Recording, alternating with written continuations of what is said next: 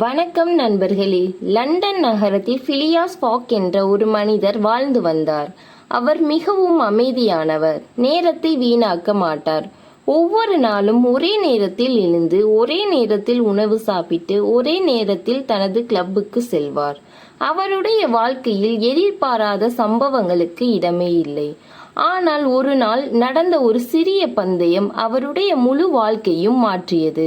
1872 London பிலியாஸ் fog வழக்கம் போல தனது நண்பர்களுடன் ஒரு கிளப்பில் அமர்ந்திருந்தார். அப்போது செய்தித்தாளில் வெளியான ஒரு செய்தி அவருடைய கவனத்தை ஈர்த்தது.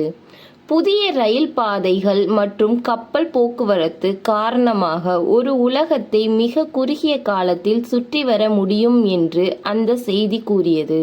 நண்பர்கள் இதை பற்றி விவாதிக்க தொடங்கினர். உலகத்தை சுற்றி வருவதற்கு குறைந்தது பல மாதங்கள் ஆகும் என்று ஒருவர் சொன்னார். ஃபாக் அமைதியாக பதிலளித்தார், இல்லை, 80 நாட்கள் உலகத்தை சுற்றி வர முடியும். நண்பர்கள் சிரித்தனர். அது எப்படி சாத்தியம்? ஃபாக் தனது கடிகாரத்தை பார்த்தார். சாத்தியம். அதற்கு பிறகு நடந்தது ஒரு மிகப்பெரிய பந்தயம். ஃபாக் 80 நாட்களுக்குள் லண்டனுக்கு திரும்பி வர வேண்டும். அவர் தோற்றால் மிக பெரிய தொகையை இழக்க வேண்டும்.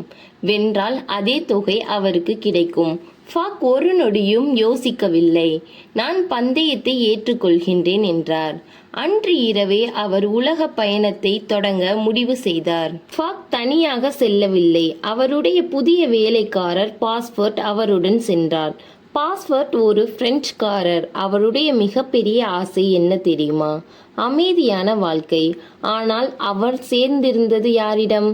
80 நாட்களில் உலகத்தை சுற்ற போகும் ஃபாக்கிடம். பாஸ்வர்ட்டுக்கு இது ஆரம்பத்தில் நம்ப முடியாத விஷயமாக இருந்தது.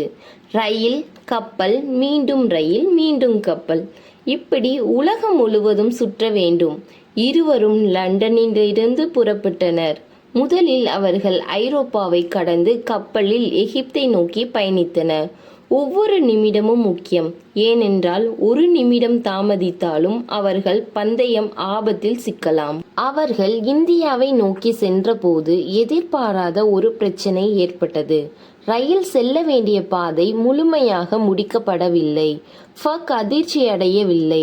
அவர் தனது கடிகாரத்தை பார்த்தார். நமக்கு இன்னும் நேரம் இருக்கிறது. அவர்கள் யானையை வாடகைக்கு எடுத்து பயணத்தை தொடங்கினர். பாஸ்வர்ட்டுக்கு இது வாழ்க்கையில் மறக்க முடியாத அனுபவம். ரயிலில் செல்ல வேண்டிய இடத்தில் யானை மீது பயணம். காட்டு பாதைகள், அறிமுகம் இல்லாத இடம். எப்போது என்ன நடக்கும் என்று தெரியாத சூழ்நிலை. ஆனால் ஃபாக் மட்டும் அமைதியாக இருந்தார். இந்திய பயணத்தின் போது ஃபாக் மற்றும் பாஸ்வர்ட் ஒரு இளம் பெண்ணான ஔடாவை சந்திக்கின்றார்கள். அவர் மிகப்பெரிய ஆபத்தில் இருந்தார். ஃபாக் தனது பயண நேரத்தை பற்றியே நினைத்து அவரை விட்டுவிட்டு செல்லவில்லை. மாறாக அவரை காப்பாற்ற முடிவு செய்தார். இதனால் அவர்களின் பயணத்தில் மேலும் தாமதம் ஏற்பட்டது. ஆனால் ஃபாக் மனித நேயத்தை பயத்துக்கும் பணத்துக்கும் மேலாக வைத்தார். ஔடாவும் அவர்களுடன் பயணியாக தொடங்கினார். மீண்டும் பயணம். ரயில் நிலையங்கள், கப்பல்கள், புதிய நகரங்கள். ஒவ்வொரு இடத்திலும் ஒரு புதிய பிரச்சனை. பாஸ்வர்ட் சில நேரங்களில் அவசரப்பட்டு தவறுகள் செய்வான். ஃபாக் மட்டும் எப்போதும் அமைதியாக இருந்தார். ஆனால் அவர்களை இன்னொரு மனிதர் தொடர்ந்து கவனித்து கொண்டிருந்தனர். அவர் டிடெக்டிவ் பிரிக்ஸ். ஃபாக் ஒரு பெரிய குற்றத்தில் தொடர்புடையவர் என்று தவறாக நினைத்திருந்தார். அதனால் உலகத்தின் பல பகுதிகளிலும் அவரை பின்தொடர்ந்தார். ஃபாக் என்று சென்றாலும் பிரிக்ஸும் அங்கே. அடுத்த கட்டமாக அவர்கள் கடலில் அமெரிக்கா சென்றனர். கடல் பயணம் எளிதாக இல்லை. புயல், தாமதம், கப்பல் தொடர்பான பிரச்சினை. நேரம் ஓடிக்கொண்டிருந்தது. அவர்களுடைய இலக்கு ஒன்றை, லண்டனுக்கு திரும்ப வேண்டும். ஃபாக் தனது கடிகாரத்தை அடிக்கடி பார்த்து கொண்டிருந்தார். அவருடைய பந்தயத்தின் நாட்கள் குறைந்து கொண்டிருந்தன. அமெரிக்காவை அடைந்ததும் அவர்கள் ரயில் பயணம் செய்ய தொடங்கினர். ஆனால் பயணம் மீண்டும் சிக்கலில் சிக்கியது. பாதையில் தடைகள், தாமதங்கள், சில இடங்களில் ரயில் பயணத்தை தொடர முடியாத நிலை. அவர்களுக்கு நேரம் குறைந்து கொண்டே இருந்தது. அப்போது ஒரு பெரிய பாலத்தை கடக்க வேண்டிய சூழ்நிலையும் ஏற்பட்டது. பயணிகள் அனைவரும் பதற்றத்தில் இருந்தனர். ஆனால் ஃபக் தனது இலக்கை விட்டுவிடவில்லை. அவர்கள் இறுதியாக அமெரிக்காவை கடந்து கப்பலில் ஃபிரிடா நோக்கி புறப்பட்டனர்.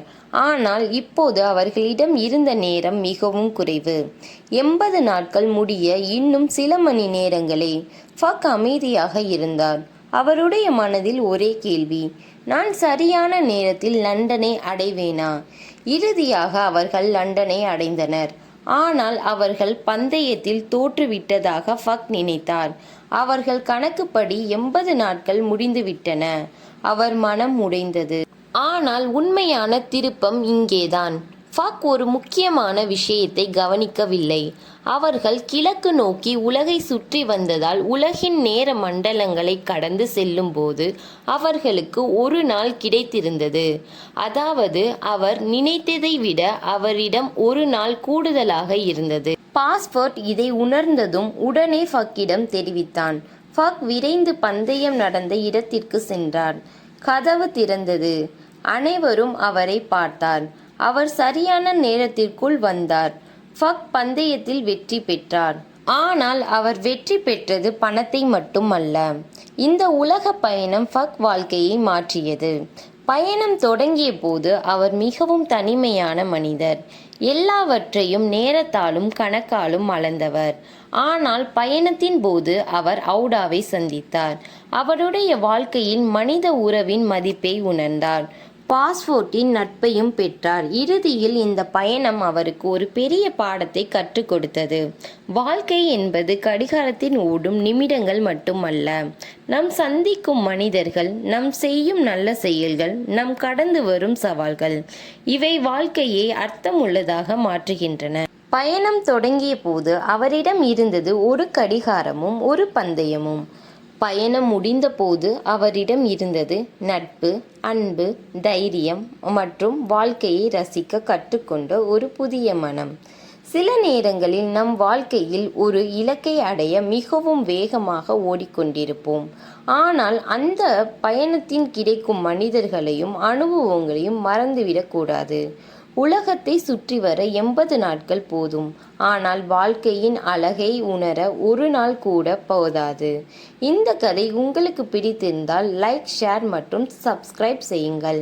இப்படிப்பட்ட சுவாரஸ்யமான புத்தக கதையை தொடர்ந்து கேட்க நம்முடைய சேனலுடன் இணைந்திருங்கள். மீண்டும் சந்திப்போம் இன்னொரு அருமையான கதையோடு.